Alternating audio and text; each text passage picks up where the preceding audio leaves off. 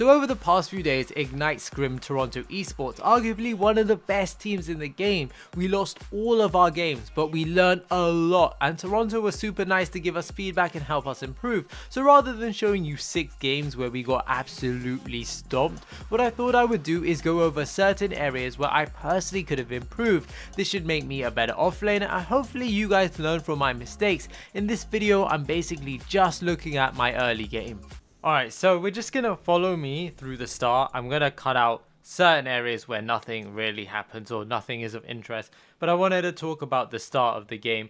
In general, you want to place your wards somewhere like for your mid laner to keep them safe. So you see my mid laner places his ward, and then like most teams will probably just deward you usually. So let's see what happens here. I don't even know if I think I placed my ward, but okay, so that gets dewarded. I probably here should have just gone and cleared the ward. Greystone level 1, I think I would have been fine.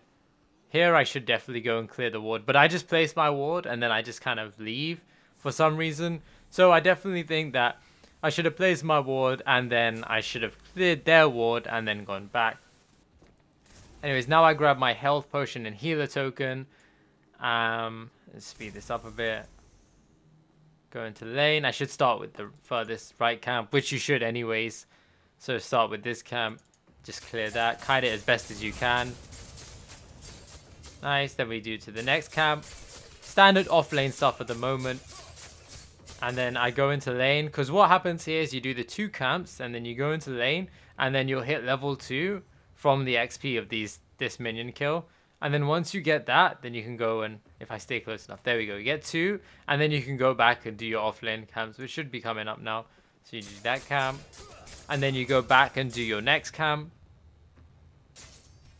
And then you should go back to lane here. Now it depends if your hero like counters or something. What I will usually do, counters or shimmy, is I'll go back for a shaman's drink. I don't think I did this in the scrims, but it's something that I learned I should probably do when there's downtime. What you'll notice is here, my vision, right? I'm not going to talk about anything to do with TO because their strategies and stuff is for them and it's private. So I'm just talking about what I can see right now. So what do I see right now? I see that we got Nim in lane and I don't see a support. So ideally here, I want to be a bit more aggressive, but instead I play quite passive, and this is a mistake. And it's probably because I know how good these players are. But really, what you want to get into your head, especially when you're playing players that are better than you, is let me just do my game plan. Regardless of how good or bad my opponent is, let me play the way I would usually play. And that's something I need to get used to. I just wasn't comfortable, I don't think. But what I should be doing is trying to get some last hits here. Like, if we look at this wave, right? The wave is in my favor.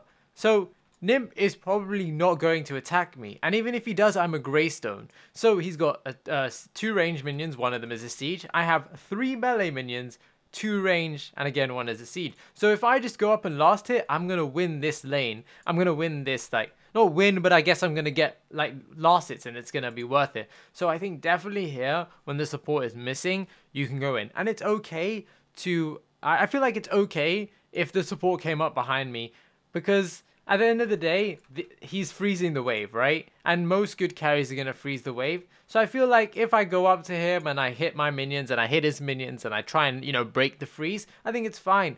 And you got to remember, your offlaner is probably going to die once or twice. It's not a bad thing necessarily. Obviously, if it can be avoided, that's great. But, if you deny the offlaner so much farm that they're so far behind, then, you're kind of in a 5v4 the entire game. Whereas if they died twice, but, they're keeping relatively up, you've still got your offlaner for the mid and late game. So that's probably the biggest mistake I made here. And I think that kind of sets you back, because now I'm not even within XP range, right? I'm kind of just doing nothing, which is pretty bad. I think I go up, but then I'm like, and now there's no real minions to hit because they're on the siege minion. So, and now the wave is against me because his wave just came. So I know, like, focusing last hits here, playing a bit safe, like, yeah, I get some last hits now, but I feel like I could have got 3 or 4 more, so I should be at like 12 by now. But I think I did the right decision eventually. It just took me a while, and then I back off here because now I know that there was a gank in mid, and I know that now there's no gank in mid. The support is probably rotating back to me. So I just clear my jungle camps. Then we can just fast forward this. Head back into lane. I'm trying to get that XP because you can see that Nymph is now 3 and I'm 3, but ideally I need to be ahead of him, like at least 1 level ahead. Again, there's no support, so I should be pushing.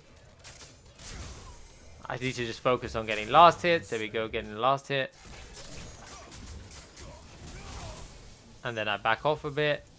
And then what you want to try and do, I think, is just focus the last hits as much as possible. Ideally, you just want to get as many last hits, getting your CP and XP, because Greystone is useful at level 5, right? Before that, he doesn't offer much. He doesn't have CC. He doesn't really do anything that's really useful. Nim goes on me here, so I'm guessing that they're rotating.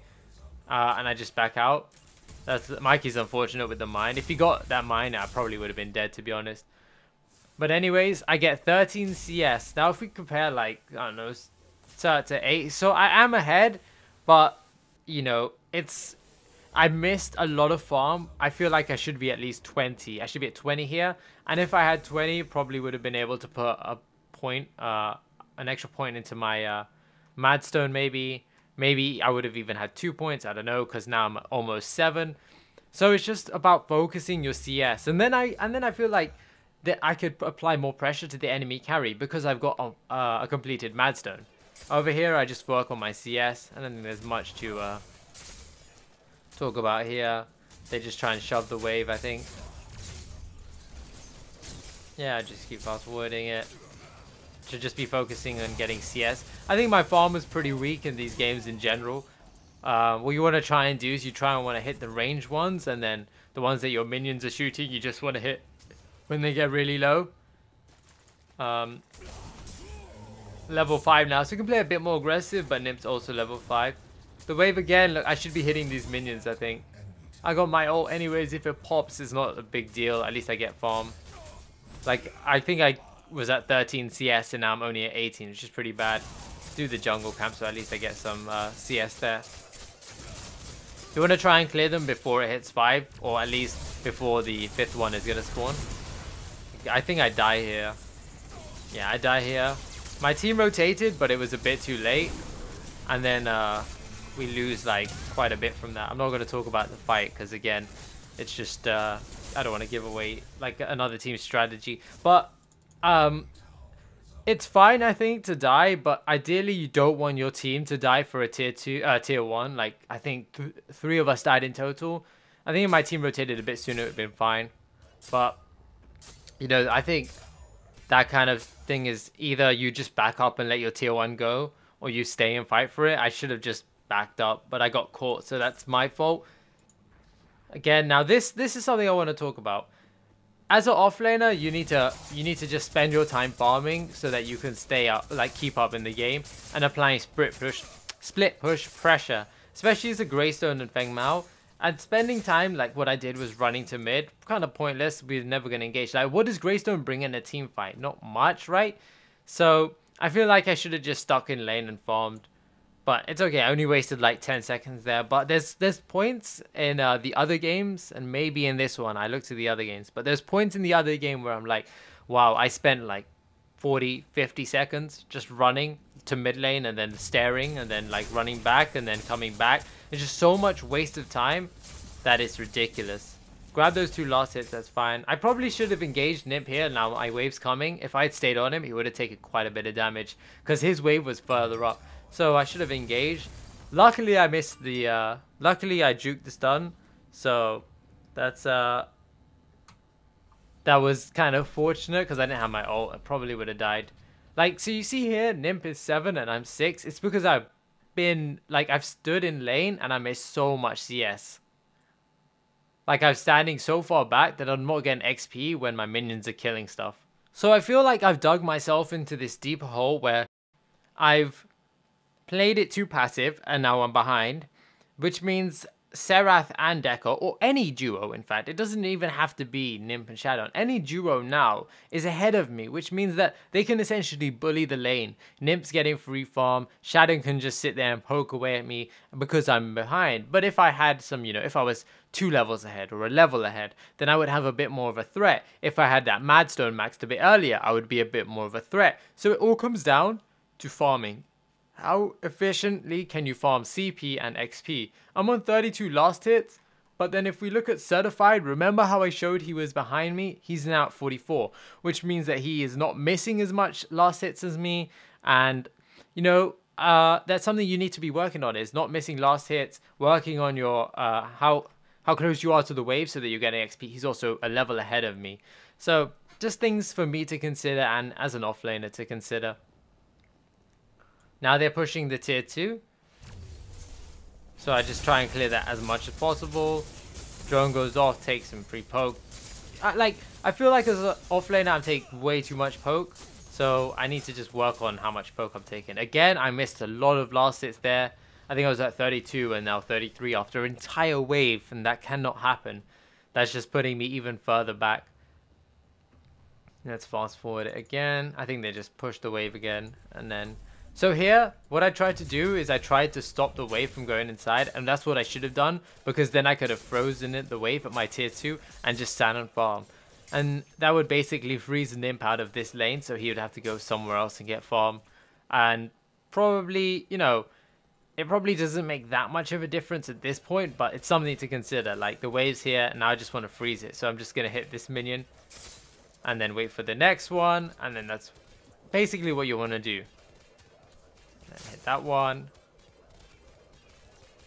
But the thing is that I can't even freeze it because these guys are so far ahead of me that if I freeze it here, I'm still not safe. I need to be able to freeze it under my tier 2. But the problem now is if I freeze it under my tier 2 and like the team rotate on me, then they could easily take this tier 2.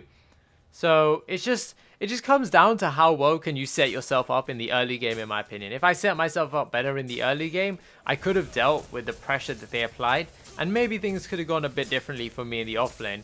Yes, TO are a great team, we probably still would have struggled against them, but I would have been able to handle the pressure and everything they were throwing at me a lot better.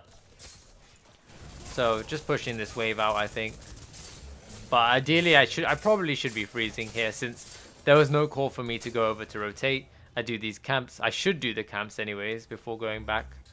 But I have to go and defend the middle in here because they're pushing us 5. So I think after this point, it just comes down to... I don't want to really show the replay because I don't want to give away too much strategy like I said. But the whole point is that I set myself so far back in the beginning stages of this game that really... that is something I should be working on. And you guys might say, oh, you want to see the next part of this game, how it goes. We just get stomped and we pretty much just lose. It takes them about like 10 more minutes. I think, yeah, 25-33 is when it ends. But my personal goal is to work on my early game. Because what happens is that if you are behind as an offlaner, you cannot exert pressure on the map. The whole point of playing Greystone and Feng Mao is to exert split push pressure so that you can apply pressure on the left side of the map. Your team have an advantage on the right side of the map. Or if your team are, doing the dance around raptors, no one's engaged on them, then you're forcing the enemy team to, you're like forcing their hand, right? Because now you're like, oh, well, Ace is pushing left and he's soon going to be on our tier 2. So now either we take an engagement right now or we back and save our tier 2, which in turn gives us, my team, the chance to take raptors. But if you're so far behind and you're not farming efficiently enough and you're not exerting pressure, then how can you do these things for your team? Like, how can I help my team as an offlaner when my job is to split push if I can't even do that, right? So that comes down to farming effectively, playing a bit more aggressively. Don't be scared to die because you're going to have to die to break the freeze. You're going to have to die to get some farm, I guess. And it's not all bad as long as you're not feeding the enemy carry excessively.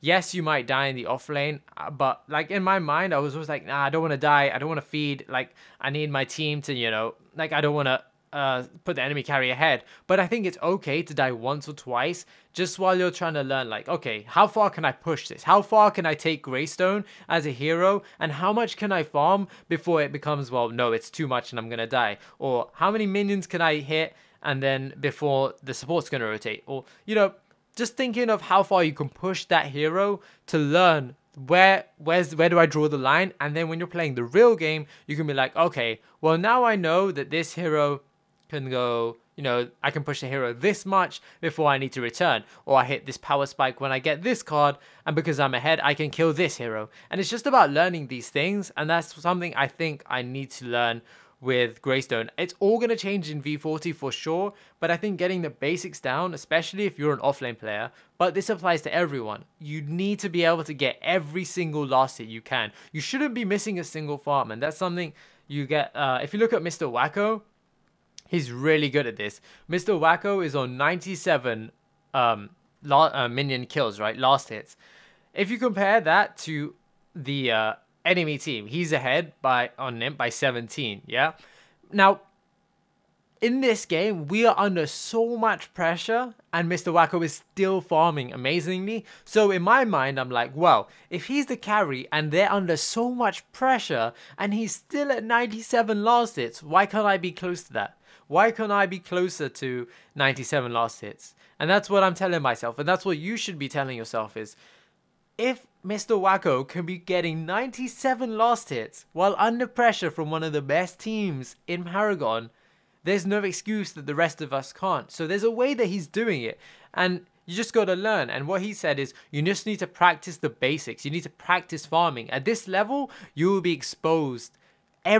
All of your weaknesses are magnified by 10 and you will be exposed. So I need to work on farming better and more efficiently, and I need to work on being closer to the minions so that I'm getting my level advantage. If I had to take away one thing from this video, was that I have to work on my farm. We've kind of half lost the fight because most of us are behind in farm except for Wacko, and I guess it doesn't really matter on our support as long as they hit level 5.